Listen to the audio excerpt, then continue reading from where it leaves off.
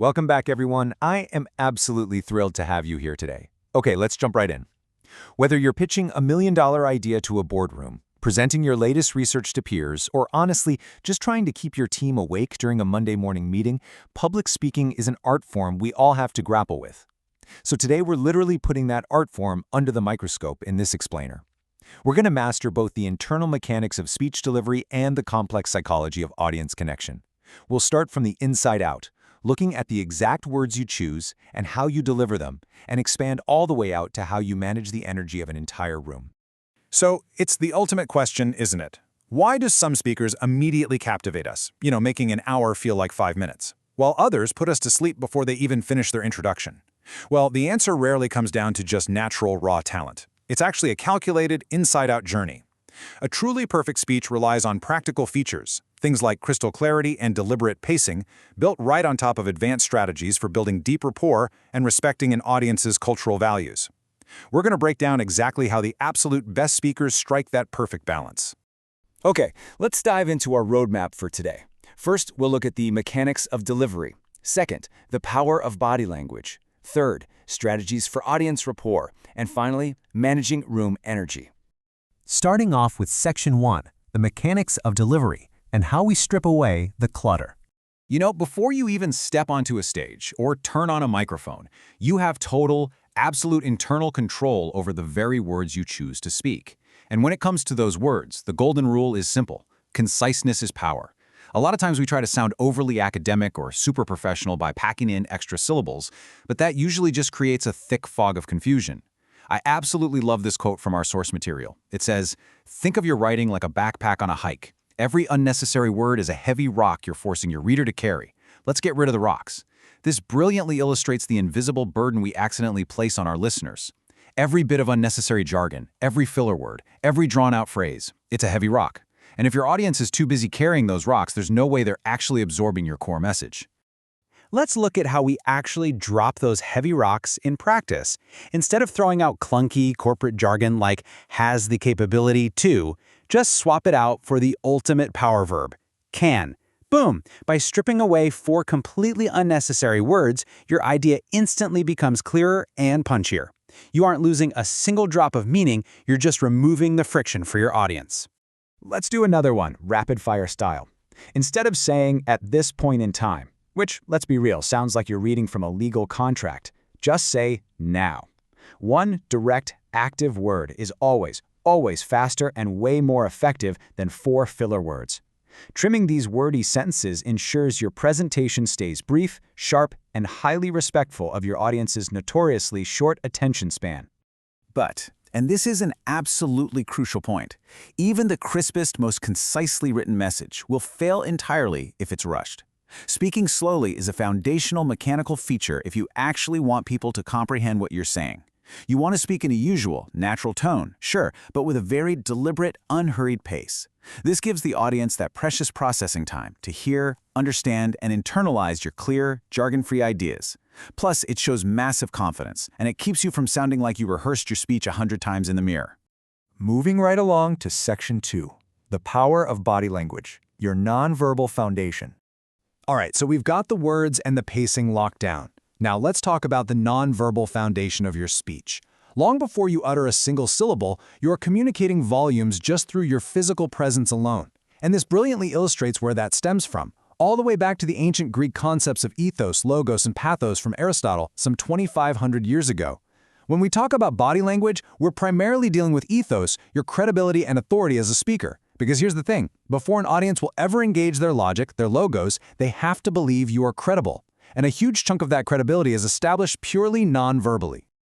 Building that nonverbal credibility requires a mix of a few things. First, you've got to modulate your voice naturally. Absolutely no monotone droning allowed. Second, you must use active, nonverbal cues. We're talking good posture, steady eye contact, and purposeful hand gestures. But credibility is also highly contextual, which brings us to dressing appropriately. Our sources provide a totally spot-on micro-story for this. Say you're a lawyer speaking to high school seniors. Wear your sharp business attire to establish authority. But if you're a construction worker pitching a new project to a hospital CEO, literally no one expects you to throw a tailored suit over your work gear. Context dictates credibility, guys. Your nonverbal presentation has to align with the specific expectations of the people sitting in front of you. That brings us to Section 3, Strategies for Audience Rapport, or Connecting the Dots. Okay, we're zooming out a bit now. We've optimized your internal mechanics, we've tuned your physical presence, and now we really need to focus on the psychological strategies required to build enduring trust. Let's define this clearly. Rapport is simply the trust and connection that a speaker creates with their audience. And why does this matter so much? Because public speaking is, in reality, a form of marketing. You're marketing an idea. If you're asking people to adopt a totally new way of thinking or to change their behavior, they have to trust you first. Building rapport is the essential bridge that makes your audience actually willing to give your viewpoint a chance. But here is the secret. Building trust isn't some magic trick you pull off once you're on stage. It takes rigorous pre-speech research. Just look at the details here, detailing the speaker-listener connection. You need to ask the right questions well in advance. You have to understand their background, know who spoke to them last, figure out what their current daily issues are, and what big challenges are facing their industry. Sending out a pre-workshop questionnaire is just a phenomenal, super practical way to discover these issues so you can perfectly tailor your content to their everyday realities. And doing that research allows you to be deeply culturally aware, which is pretty much non-negotiable for a truly effective speech. Here are some actionable steps to get there. First, research their specific industry challenges, whether they're in mining, healthcare, tech, you name it. Second, deeply respect their local values and organizational beliefs. And third, if you're presenting internationally, you absolutely must understand foreign cultural nuances. As a speaker, you're essentially a guest in their world, right? So you have to carefully avoid trampling on an audience's core values or making easily avoidable cultural missteps. Now hold on a second, you might be thinking, wait, doesn't this contradict what we said earlier about stripping away jargon? Well, yes and no. You want to strip away your useless corporate fluff, absolutely. But what's really interesting about this slide is that you definitely should adopt the audience's specific language and jargon. Using their specialized terminology proves you've actually done your homework. It demonstrates immense credibility and instantly signals to the room that you truly get their world and the challenges they face every single day. Finally, Section 4, Managing Room Energy. This is the advanced tier. So, you've got the mechanics down, you've built amazing rapport, but now you have to execute the dynamic ability to read the room in real time and adjust on the fly. Look, no matter how brilliant your content is, if you speak for too long, audience fatigue is inevitably going to set in. And when energy drops, rapport vanishes right along with it. To manage this, you need a toolkit of rapid-fire strategies. Take regular breaks. Tell the audience to stand up and talk to a neighbor for a minute. Have them find someone they haven't spoken to and move to a totally new seat. Boost participation by tossing out targeted questions. Changing the pace and shifting the physical energy in the room, that is entirely your responsibility as the speaker. But honestly, perhaps the most critical aspect of managing energy and maintaining that hard-earned trust is meeting audience expectations. Literally, one of the absolute biggest destroyers of rapport is a mismatch between what an audience expected to hear and what you actually deliver on stage. If your marketing promised, say, actionable solutions for specific tech problems, and you get up there and deliver a generic motivational speech, the energy in that room will flatline instantly. You have to ensure your content strictly matches exactly what was promised to them up front. Wow, okay, we have covered a ton of ground today in this explainer. We transitioned from ditching the heavy rocks of wordy sentences all the way out to navigating the subtle, complex dynamics of room energy and cultural respect. So I want to leave you with this final provocative thought.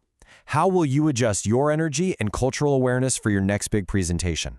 Think about the internal mechanics you can tighten up today and the rapport you can intentionally build tomorrow.